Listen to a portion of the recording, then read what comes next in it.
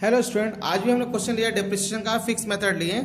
ठीक है, fix method में कभी कभी क्या होता है, रेट ऑफ डेप्रिसिएशन नहीं दिया रहता है। अगर रेट ऑफ डेप्रिसिएशन दिया रहता तो कोई दिक्कत नहीं, लेकिन क्वेश्चन में कभी कभी फिक्स मेथड में क्या रहता है, रेट ऑफ डेप्रिसिएशन नहीं दिया रहता है।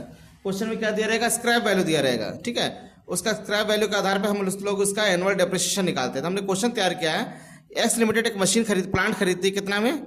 ठीक है, मशीन या प्लांट एक ही हुआ। ठीक है, यहाँ प्लांट भी लिख सकते हैं हम लोग। ठीक है, तो प्लांट हम लोग कितना हम खरीदे 45,000। इसका लाइफ है कितना, प्लांट का लाइफ है 4 साल है हम लिए। स्क्रैप वैल्यू कितना लिए हम, इसका 5,000 रुपये लिए कि 4 साल बाद इसका स्क्रैप का वैल्यू कितना मिलेगा हमको, 5,000 मिलेगा। और इसका कब मिलेगा इसका वैल्यू, 4 साल के बाद। यानी लाइफ ऑफ एसेट्स कितना है, 5,000 इसका है। 4 साल है, कितना वैल्यू मिलेगा इसका, 5,000 मिलेगा। ठीक है, इसके बाद क्या लिखा हुआ, हमको मशीन अकाउंट बनाना है कितना साल के लिए, 3 साल के लिए बनाना है। ठीक है, लेकिन यहाँ पे एक चीज़ ध्यान दीजिएगा कि रेट ऑफ डेप्रिसिएशन नहीं दिया, क्या दिया, स्क्रैप वैल्यू दिया। तो स्क्रैप वैल्यू अगर दिया रहे तो एनुअल डेप्रिसिएशन इस आधार पे हम लोग निकालते हैं। इसका फॉर्मूला होता है एनुअल डेप्रिसिएशन निकालने का,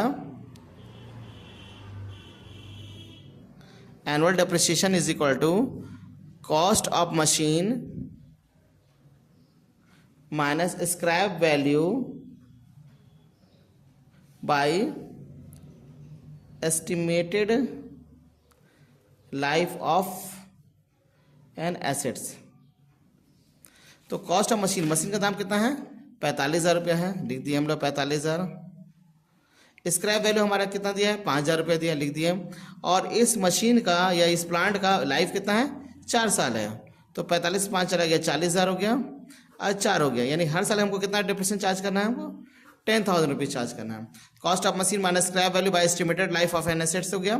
इसका कॉस्ट ऑफ मशीन है 45,000, स्क्रैप वैल्यू 5,000 है, लाइफ है 4 साल।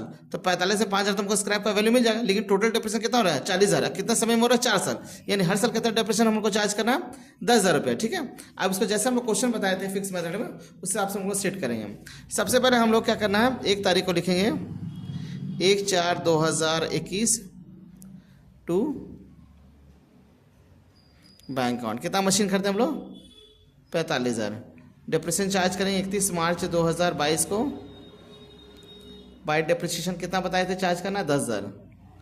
ठीक है, अब हम लोग उसके बैलेंस करेंगे। बाय बैलेंस सी डी 45,000 यहाँ लिखेंगे। ठीक है, यहाँ भी 45,000 लिख देंगे। 45 10 चला कितना हो गया, 35,000 हो गया। ठीक है, अब इसके बाद हम लोग 31 मार्च 2021 के बाद 22 के बाद क्या हो गया, हमारा अगला साल हो जाएगा। फाइनेंशियल 31 मार्च 2022 को बंद किए, उसका अगला डेट आता है 1/4। शुरुआत में फाइनेंशियल का शुरुआत कौन सा है, 1/4/2022 को, यानी 1 अप्रैल 2022 को। क्या लिखेंगे, टू बैलेंस बी डी, जो सी डी की उसको बी डी लिख देंगे। कितना अमाउंट है, 35,000 है।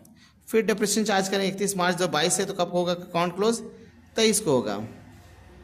फिर बाय डेप्रिसिएशन लिखेंगे हम लोग 10,000। 10,000 कैसे निकालना हम बता दिए थे फॉर्मूला के आधार पे। फिर हम लोग लिखेंगे 35,000। 35,000 यहाँ भी 35,000 लिख दिए। बाय बैलेंस सी डी 35 10 चला, कितना बैलेंस रह गया, 25,000। फिर सी डी को बी डी करेंगे 1/4/2021 से 22 हो गया, 22 23 हो गया, 23 हो गया।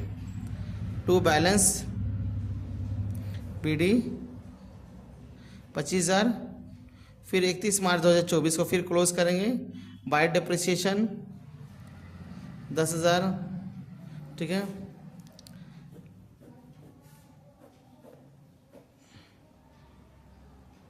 $25,000, यहाँ भी 25,000 हो गया।